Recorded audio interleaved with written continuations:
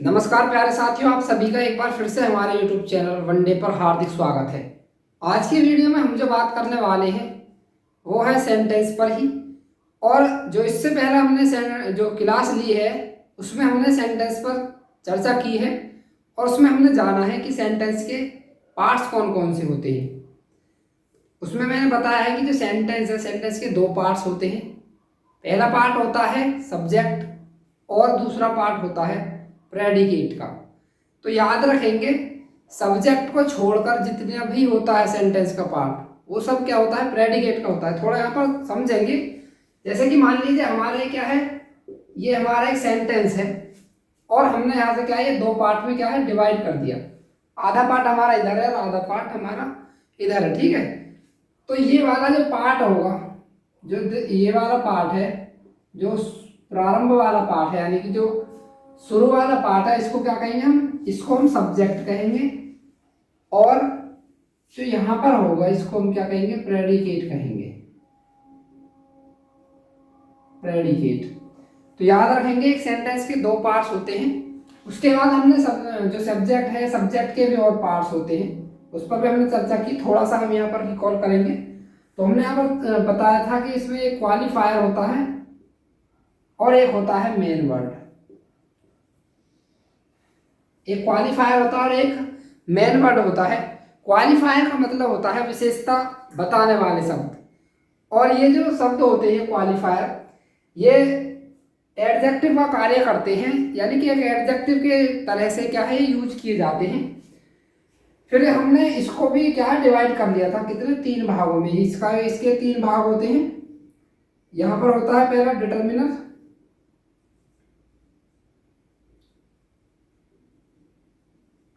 उसके बाद दूसरा भाग होता है एडजेक्टिव और तीसरा भाग होता है एडजेक्टिव फ्रेज।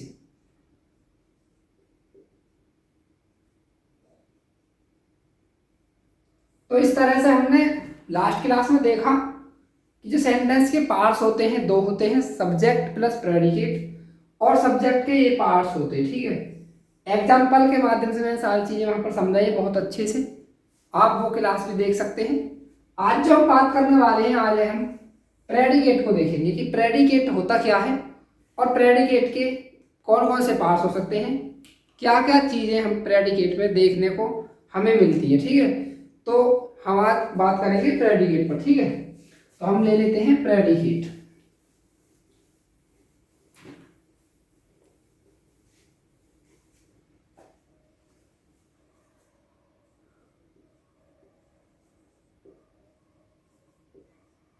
प्रेडिकेट, प्रेडिकेट को हिंदी में कहते हैं विधेय। क्या कहते हैं, हिंदी में कहते हैं विधेय और इंग्लिश में कहते हैं प्रेडिकेट। जब हमने यहां पर एक चीज देखी, क्या, सब्जेक्ट प्लस प्रेडिकेट, और इसको मिलाकर क्या बना, इसको मिलाकर बना सेंटेंस।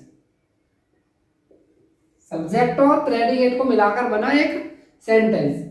जब यहाँ पर ये सब्जेक्ट हो गया, जब हम कोई सेंटेंस पढ़ रहे होते हैं तो इसकी जो बेसिक स्ट्रक्चर होती है वो इस तरह से होती है। सब्जेक्ट होता है, उसमें एक वर्ब होती है और एक ऑब्जेक्ट होता है, ठीक है। उसके बाद यहाँ पर अगर आप लगाना चाहें तो एक चीज और होती है कॉम्प्लीमेंट, या फिर कुछ अदर वर्ड्स भी होते हैं। तो इस तरह से हम क्या है ये समझ सकते हैं। तो हम इसी आधार पर क्या है चीजें समझेंगे कि प्रेडिकेट क्या है। देखो यहाँ पर क्या है, सब्जेक्ट। ये अब अगर हम इस सब्जेक्ट को निकाल देते हैं तो जो टोटल पार्ट होता है एक सेंटेंस का, वो पूरा का पूरा पार्ट होता है प्रेडिकेट का।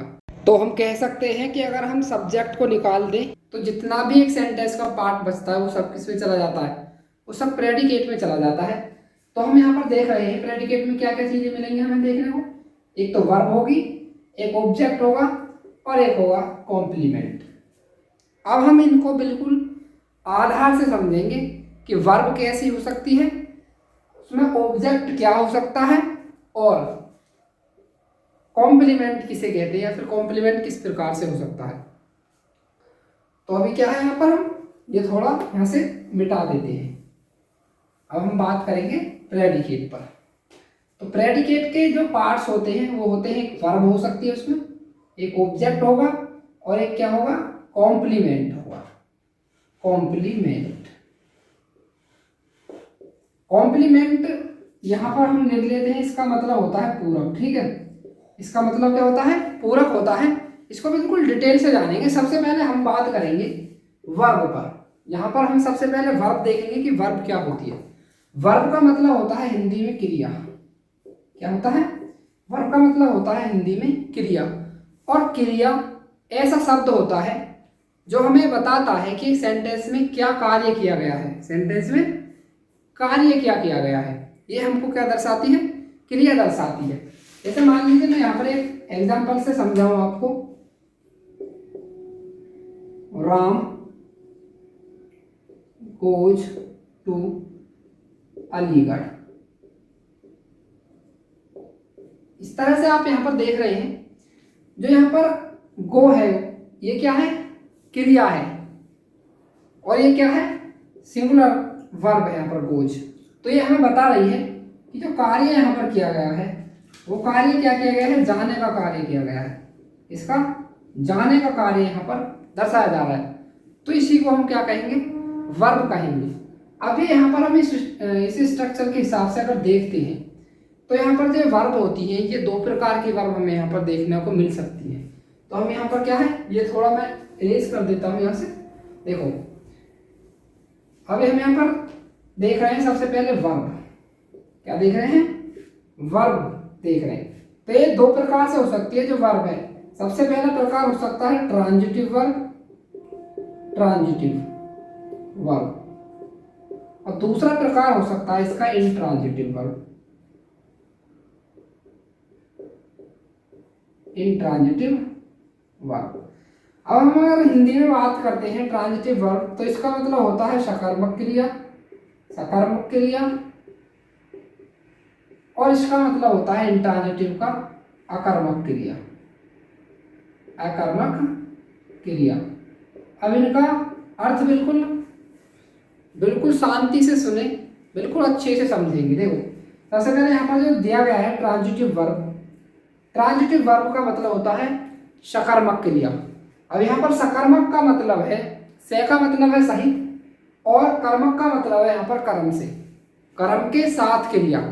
तो यानी कि यहाँ पर हमें एक चीज समझ में आती है, जो ट्रांजिटिव वर्ब होती है उनमें क्या है, हमें उनके साथ ऑब्जेक्ट हमें देखने को अवश्य ही मिलता है, और उन्हीं को हम क्या कहते हैं, उन्हीं को हम कहते हैं ट्रांजिटिव वर्ब। जैसे मैं यहाँ पर एक एग्जाम्पल लेकर समझाता हूँ।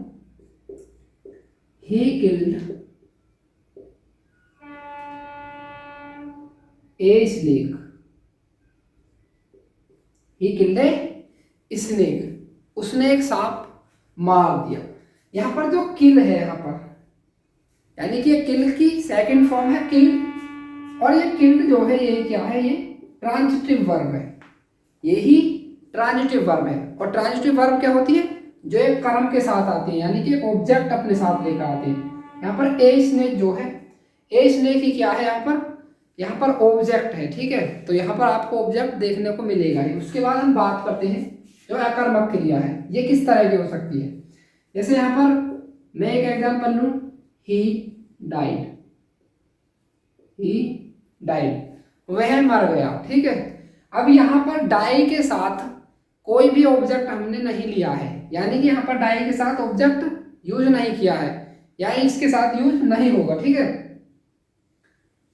तो ये क्या है, ये अकर्मक क्रिया है, यानी कि ये इंट्रांजिटिव वर्ब है। तो इस तरह की जो वर्ब होंगी जो अपने साथ ऑब्जेक्ट नहीं लाएंगी या जिनके साथ ऑब्जेक्ट नहीं लगता है, वे सभी किस में आएंगी, वे इंट्रांजिटिव वर्ब के भाग में आएंगी। ठीक है, इस तरह से आप कह सकते हैं कि जो वर्ब अपने साथ ऑब्जेक्ट रखती हैं, जिनके साथ ऑब्जेक्ट का प्रयोग किया जाता है, वे सभी ट्रांजिटिव वर्ब होती हैं, और जिन वर्ब्स के साथ ऑब्जेक्ट का प्रयोग नहीं किया जाता है वे सभी क्या होती हैं, वे सभी इंट्रांजिटिव वर्ब कहलाती हैं। तो उम्मीद करता हूँ ट्रांजिटिव वर्ब और इंट्रांजिटिव वर्ब को आप पहचान लेंगे। इस तरह से आप देख सकते हैं ये एग्जाम्पल, और ये आप अपने मोबाइल फ़ोन में स्क्रीनशॉट रख सकते हैं या फिर फ़ोन के वीडियो को पॉज करके नोट कर सकते हैं।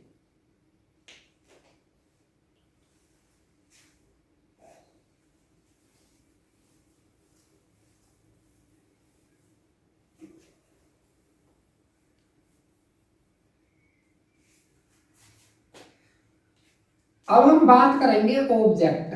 ऑब्जेक्ट किसे कहते हैं? ऑब्जेक्ट क्या होता है? देखो, ऑब्जेक्ट का मतलब होता है कर्म। ऑब्जेक्ट का मतलब होता है कर्म, और कर्म का मतलब होता है जिस पर कार्य किया जाता है या फिर जिस पर क्रिया का प्रभाव पड़ता है, उसी को क्या कहते हैं? उसी को हम कहते हैं कर्म। और ये कर्म जो होते हैं ये भी होते हैं दो प्रकार के। हालांकि आज मैं आपको यहाँ पर तीन प्रकार के ऑब्जेक्ट बताऊंगा, क्योंकि तीन प्रकार के ऑब्जेक्ट हो सकते हैं, ठीक है। सबसे पहला यहाँ पर जो प्रकार है वो है इनडायरेक्ट ऑब्जेक्ट। Indirect object. उसके बाद दूसरा नंबर है डायरेक्ट ऑब्जेक्ट, और तीसरा नंबर है प्रीपोजिशनल ऑब्जेक्ट। Prepositional object. अगर हम बात करते हैं इनडायरेक्ट ऑब्जेक्ट की, तो इसको कहते हैं अप्रत्यक्ष कर्म। अप्रत्यक्ष कर्म। और डायरेक्ट ऑब्जेक्ट को कहते हैं प्रत्यक्ष कर्म। प्रत्यक्ष कर्म। और ये जो आप देख रहे हैं प्रीपोजिशनल ऑब्जेक्ट, इसको हम कहेंगे टू प्लस ऑब्जेक्ट, यानी कि, या फिर हम कह सकते हैं इसको हम कहेंगे प्रीपोजिशन प्लस ऑब्जेक्ट, यानी कि एक प्रीपोजिशन होगी और प्रीपोजिशन के बाद आपको एक ऑब्जेक्ट देखने को मिलेगा। तो इस तरह के जो ऑब्जेक्ट होंगे हम उनको क्या कहेंगे? उन्हीं को हम कहेंगे प्रीपोजिशनल ऑब्जेक्ट। अब सबसे पहले हम समझेंगे यहाँ पर कि जो डायरेक्ट ऑब्जेक्ट होते हैं, इनडायरेक्ट ऑब्जेक्ट होते हैं, वे कौन से होते हैं, और फिर हम देखेंगे कि जो प्रीपोजिशनल ऑब्जेक्ट होते हैं वे किस तरह से हो सकते हैं या कौन से हो सकते हैं, ठीक है। तो अभी हम बात करेंगे यहाँ पर सबसे पहले इनडायरेक्ट ऑब्जेक्ट के बारे में। देखिए, यहाँ पर आप थोड़ा गौर देंगे, जितने भी सजीव होते हैं, जितने भी सजीव ऑब्जेक्ट होते हैं, उनको हम क्या कह सकते हैं? उन्हीं को हम कहेंगे इनडायरेक्ट ऑब्जेक्ट। जैसे कि मी, हिम, यू, अस, देम। इस तरह से हम क्या है समझते हैं, जो इनडायरेक्ट ऑब्जेक्ट होते हैं वो क्या होते हैं? जो सजीव ऑब्जेक्ट होते हैं उन्हीं को हम क्या कहते हैं? इनडायरेक्ट ऑब्जेक्ट कहते हैं। अगर आप इसकी पहचान करना चाहते हैं एक सेंटेंस में कि हम किस तरह से सजीव ऑब्जेक्ट को निकाल सकते हैं या फिर इनडायरेक्ट ऑब्जेक्ट को हम कैसे पता करेंगे कि यहाँ पर जो इनडायरेक्ट ऑब्जेक्ट है वो कौन सा है, तो आप अपने मन में प्रश्न कर सकते हैं किसे या किसको के लिए। क्या है? किसे या किसको।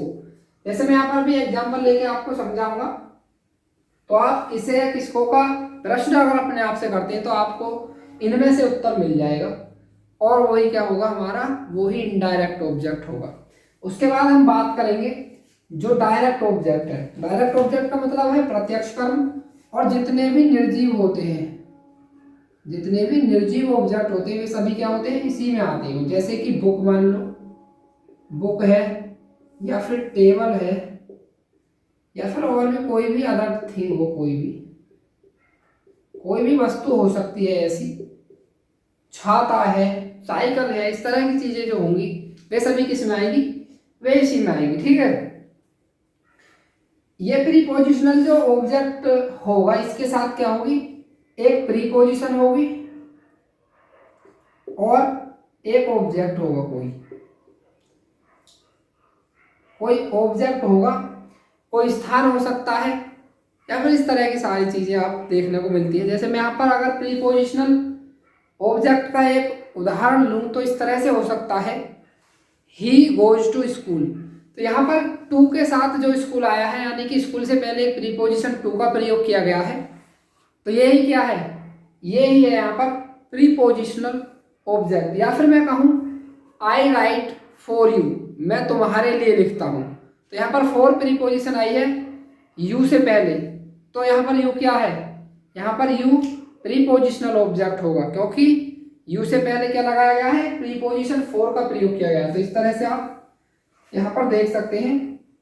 अब बात आती है, जैसे कि मैं यहाँ पर ये आप नोट कर लीजिए, मैं ये अभी थोड़ा क्या है मिटा देता हूँ।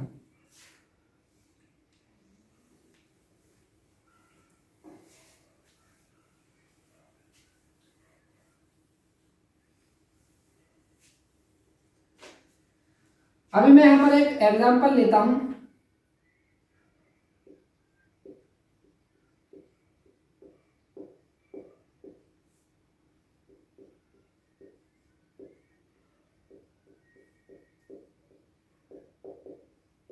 राम मुझे गाली देता है। यहां पर एक शब्द आपको देखने को मिल रहा है मुझे, या फिर आप यहां पर एक प्रश्न अपने मन में कर सकते हैं, किसे या किसको। तो आप यहां अगर सब्जेक्ट निकालना चाहेंगे तो कौन के हिसाब से निकाल सकते हैं, यानी कि कौन गाली देता है, राम गाली देता है, तो ये हमारा क्या हो जाएगा, यही सब्जेक्ट हो जाएगा। यानी कि जो कार्य करने वाला होता है उसी को क्या कहते हैं, हम सब्जेक्ट कहते हैं, या फिर क्या कहते हैं, कर्ता कहते हैं। ठीक है।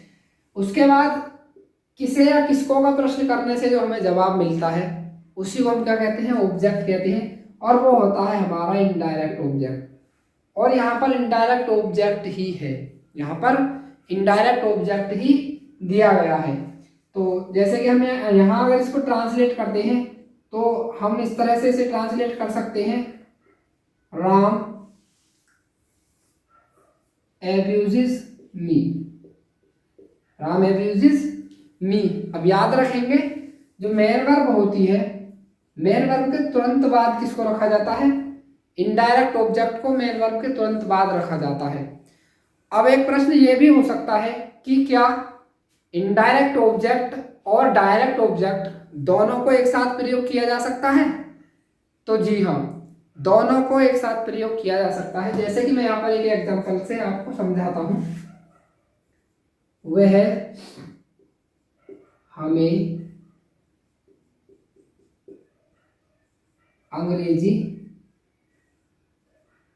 पढ़ाते हैं, या आप यहाँ पर पढ़ाता है भी लिख सकते हैं।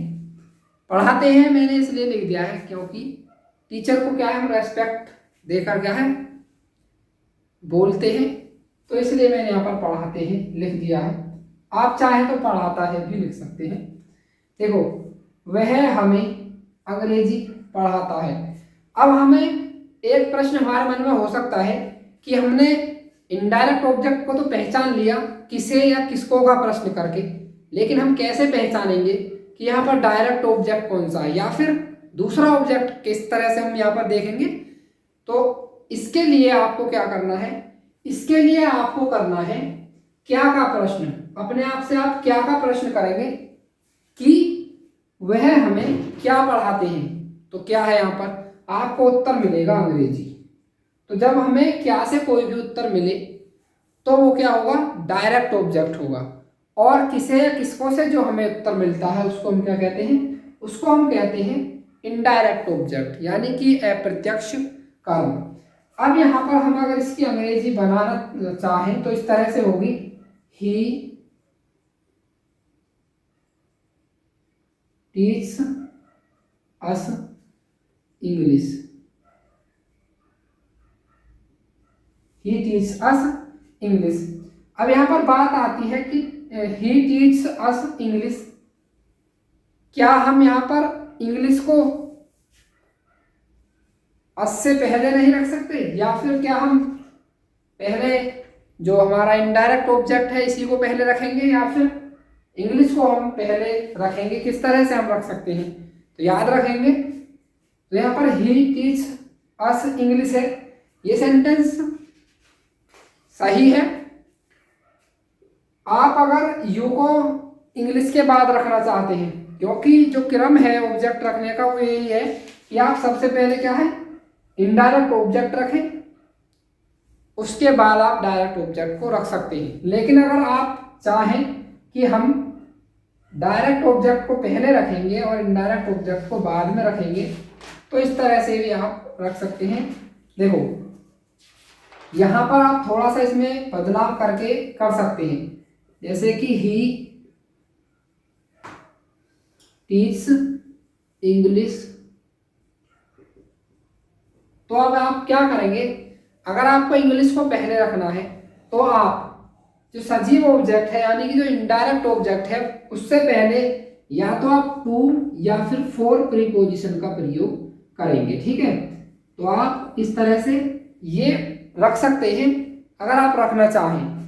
अगर आप पहले डायरेक्ट ऑब्जेक्ट को रखना चाहें तो इस तरह से आप रख सकते हैं, अगर आप इनडायरेक्ट ऑब्जेक्ट को बाद में रखना चाहते हैं। अन्यथा आप दोनों ऑब्जेक्टों को इस क्रम में रख सकते हैं, पहले इनडायरेक्ट ऑब्जेक्ट उसके बाद डायरेक्ट ऑब्जेक्ट को रख सकते हैं। ठीक है, तो ये हो सकता है कि, तो उम्मीद करता हूं कि ये सारी चीजें आपको बिल्कुल अच्छे से समझ में आ गई होंगी। जितना भी आज हमने यहाँ पर पढ़ा है वो सब कुछ क्या है आपको समझ आया होगा अच्छे से, और उम्मीद करता हूँ कि ये यहाँ पर आपको कोई डाउट ऐसा नहीं बचा होगा जो आपको लगे कि मतलब यहाँ से कुछ हमसे छूट गया है। ठीक है, अभी हमने जो पढ़ा है प्रेडिकेट पर हम बात कर रहे हैं, और प्रेडिकेट के अंदर हमने क्या है आज वर्ब पर बात की है और ऑब्जेक्ट पर बात की है। अभी हमारी ये बिल्कुल बेसिक क्लासें हैं और मैं स्टेट बोर्ड के लिए क्या है ये सारी क्लासें यहाँ पर ले रहा हूँ, तो आप बिल्कुल तसल्ली से सारी चीज़ें करते रहें। अभी हमारे पास काफ़ी टाइम है, तो हम अभी से अगर तैयारी करेंगे तो बहुत अच्छे से कर लेंगे।